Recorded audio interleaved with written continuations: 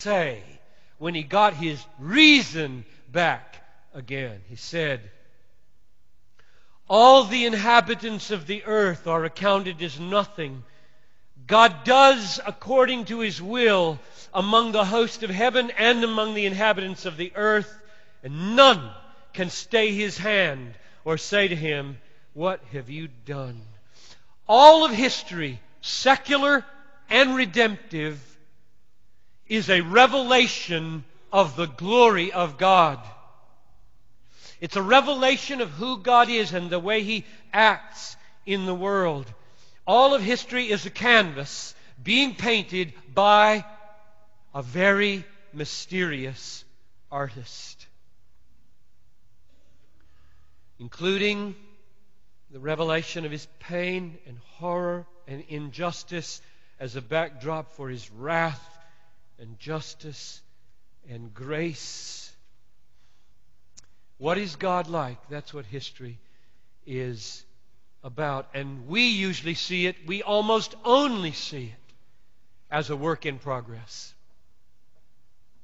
The only way you can catch a glimpse of the world any other way than a work in progress is in the Bible, where reasons are given for why things are happening the way they're happening and where they're going to end up.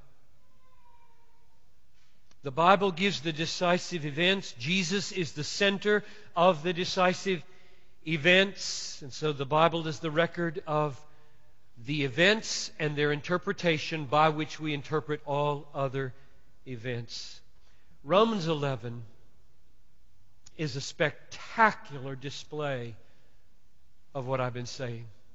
Romans 11 is a spectacular display of the strange artistry of God on the canvas of the world. It simply blows your mind away, which is why, as soon as He's done telling the story, He says in verse 33, "Oh, the depth of the riches and the wisdom and the knowledge of God! How unsearchable are His ways, and how inscrutable are His judgments." And my prayer for tonight and tomorrow, my prayer is that we would get inside the inscrutability and not stand outside of it and say, I don't think I like that. You have to take Him on His own terms. You have to get into the history. You have to listen to the Lord's interpretation of what He's doing. If you stand outside and criticize God, you'll never see the glory. That will take a work of grace today. Let me give you a flavor of what I mean. I feel the need to preface Romans 11 this way, because we're going to hit things almost immediately that for some of you are just going to be staggering. You will have never thought you would think this way about God. So let's just get a glimpse of the end of the story and the summary of the chapter so that you can catch your breath, smell the aroma, taste the flavor of what we're about to see, and ask the Lord to give you grace to reverence it rather than criticize it. Verses 30, 31, and 32 of chapter 11 I want to read as a summary statement that Paul gives of what he's been talking about for 30 verses.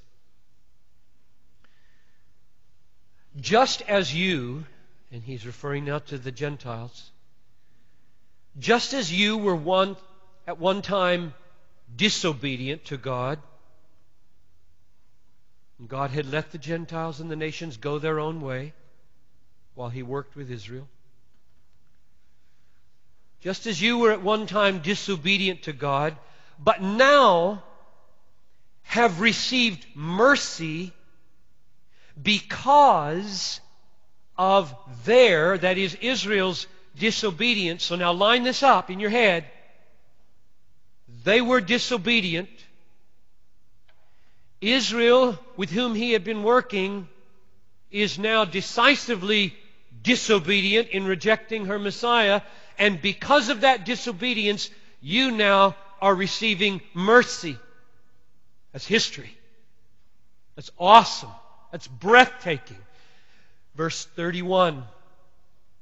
So also they too have now been disobedient, in order that by the mercy shown to you, they also may now receive mercy. Now, let's put the whole thing out here.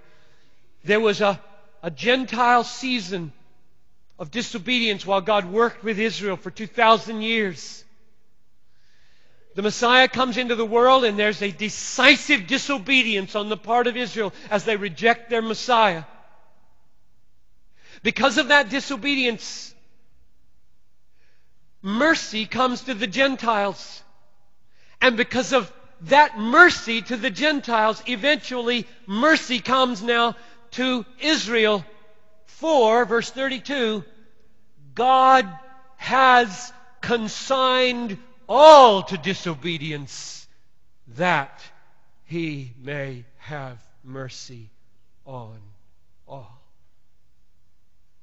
Which is followed by, how unsearchable are His ways, and how inscrutable are His judgments.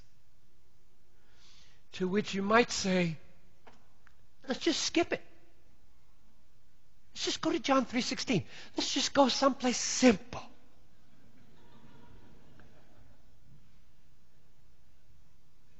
And I am tempted. I really am tempted.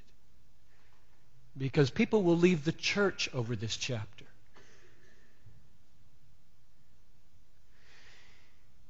I happen to trust God in the wisdom of what He puts in the Bible. This is good for us. This is good for our marriages. This is good for our parenting. It's good for our children. It's good for our bodies. It's good for our being businessmen and businesswomen. And you may not be able to grasp that now, and I'm just asking you, trust God. It's in His Word. And to know Him as He reveals Himself in history.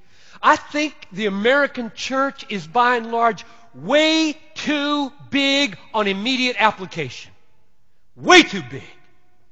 We demand immediate relevance and immediate application, and if it doesn't fix something in my family now, I want another church.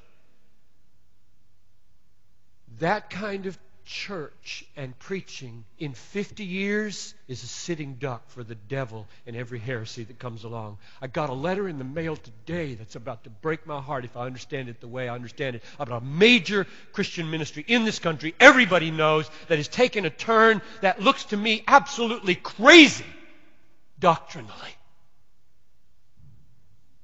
And I thought, if this is true, it's because for 50 years they've been so thin